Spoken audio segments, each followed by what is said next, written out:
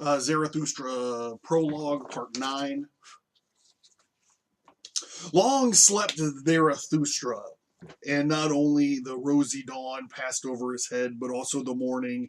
And last, however, his eyes opened, and amazingly he gazed into the forest and the stillness, and amazedly he gazed into himself. And then rose quickly like a seafarer who all at once seeth the land, and shouted for joy as he saw a new truth, and spake thus to his heart: A light hath dawned upon me. I need companions, living ones and not dead ones, not corpses, which I carry with me where I will. But I need living companions who will follow me because they want to follow themselves and to place where I will. I light hath dawned upon me, not to the peoples is Zarathustra to speak, but to companions. Zarathustra shall not be the herd's herdman and the hound. To allure many forms of the herd, for that purpose have I come. The people and the herd must be angry with me. A robber shall Zarathustra be called by herdsmen. Herdsmen, I say, but they call themselves the good and the just herdsmen. I say, but they call themselves the believers in the orthodox belief. Behold the good and the just. Whom do they hate most? Him who breaketh up their tables of virtue, the breaker, the lawbreaker. He, however, is the creator. Behold, the believers in all beliefs, whom do they hate most? Him who breaketh up their tables and their values, the breaker, the lawbreaker. No, it does it twice. Companions, the creator seeketh not corpse, is, and not herds or believers either. Fellow creators and creators seeketh those who grave new values on new tables. Companions the creator seeketh, and fellow reapers, for everything is ripe for the harvest with him. But he lacketh 100 sickles. He lacketh the 100 sickles. So he plucketh the ears of corn, and it's vexed. Companions the creator seeketh, but such as know how to whet their sickles, and destroyers will they be called, and the despisers of good and evil. Again, this is the idea of being beyond morality. But they are the reapers and the rejoicers. Fellow creators, Zarathustra seeketh fellow reapers and fellow rejoicers. Zarathustra seeketh what hath he do with herds and herdsmen and corpses. And now, my first companion, rest in peace, and well I have buried thee in thy hollow tree, and well have I hid thee from the wolves. But I part from thee, the time hath arrived. Twixt rosy dawn and rosy dawn there came unto me a new truth. I am not to be the herdsman.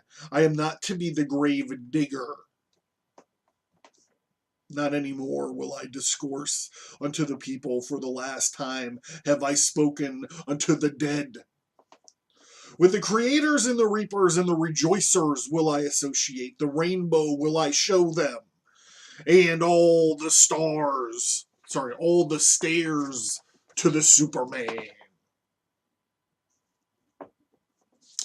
To the lone dwellers will I sing my song, and to the twain dwellers, and unto him who hath still ears for the unheard, will I make the heart heavy with happiness.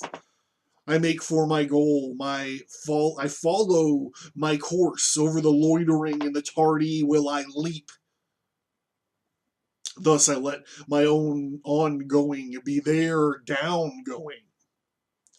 We're just going to knock out this 10th section here. We're moving into the last section of the prologue.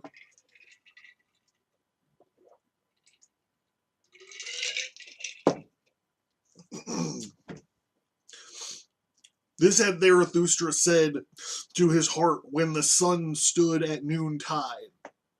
And he looked inquiringly aloft, for he heard above him the sharp call of a bird, and behold, an eagle swept through the air in wide circles, and on it hung a serpent, but not like prey, but like a friend, for it kept itself coiled around the eagle's neck. They are mine animals, said Zarathustra, and rejoiced in his heart. They are my animals, the proudest animal under the sun and the wisest animal under the sun, and they have come out to reconnoiter. They want to know whether Zarathustra still liveth, and verily do I still live. More dangerous have I found it among men than amongst animals. In the dangerous paths go with the Zarathustra, let mine animals lead me. So this goes back to when at the beginning of the story, when he met the forest wizard, and the forest wizard talked to him about, just stay out here and be bears with the bears. When Zarathustra had said this, he remembered the words of the wizard of the forest, and then he sighed and spake thus to his heart. He says, but I am asking the impossible, therefore do I ask my pride to go always with my wisdom. And if my wisdom should someday forsake me, alas, it loveth to fly away. May my pride then fly with my folly. That's beautiful. And thus began Zarathustra's downgoing. In this case, downgoing is kind of like his. It's like his journey. So this was all the prologue. What's going to come later? We're going to get to it. We're going to do a little bit of it every day.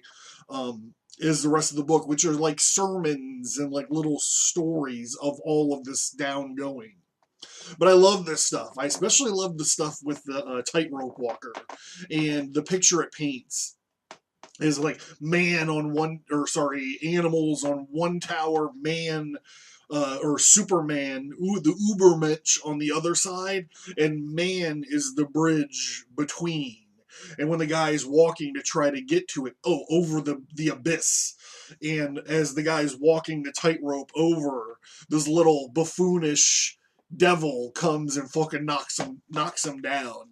And it became Zarathustra's kind of responsibility to take care of this dead fucker that fell off the thing. And ultimately he realized he shouldn't be preaching to the masses. He realized sort of what the forest wizard said at the beginning of the story was true. He's like, you can't reason with these motherfuckers. Anyhow, this has been the Spake Zarathustra by Friedrich Nietzsche. The prologue. I think we did it in 9 sections. Nine sections. So thank you guys. I hope you enjoy it, and we'll be back for tomorrow. If you have a moment, and if you're enjoying this, or you want to hear more stuff about the occult or conspiracies or weird history stuff, check out my podcast. The Abercast is right there. You find it everywhere great podcasts are found.